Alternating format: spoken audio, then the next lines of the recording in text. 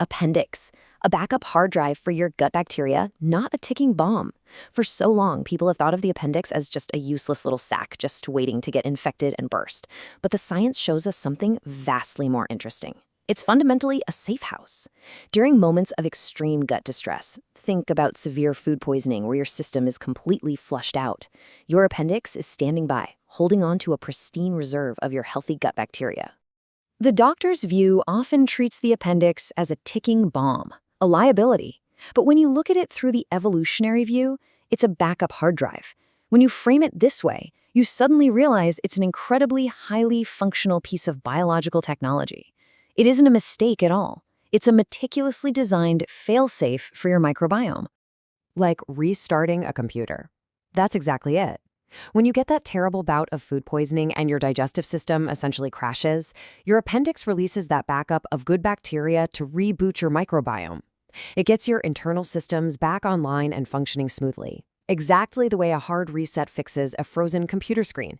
Goosebumps. A tiny muscle pulling hair up to make ancestors look bigger. Now a cold reflex.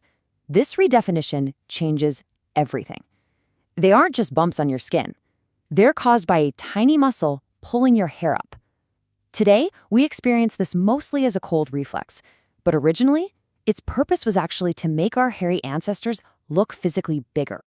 The modern view writes this off as just a cold reflex, a sign you're chilly, but evolutionarily, it's a DNA superpower.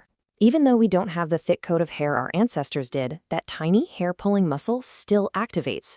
That reflex is a direct, surviving link to a survival superpower still coded right into your DNA today.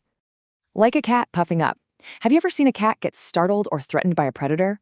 Their fur stands straight on end, and suddenly they look twice their size. Massive. Intimidating.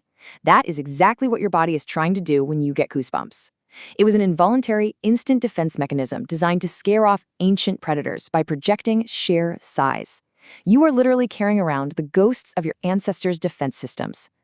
Wisdom teeth? Biological spare teeth meant for chewing raw roots and tough meat. This completely changes how we think about something we usually only associate with painful dental surgery. Look at what they actually are. Biological spare teeth. Our ancestors weren't eating processed soft foods.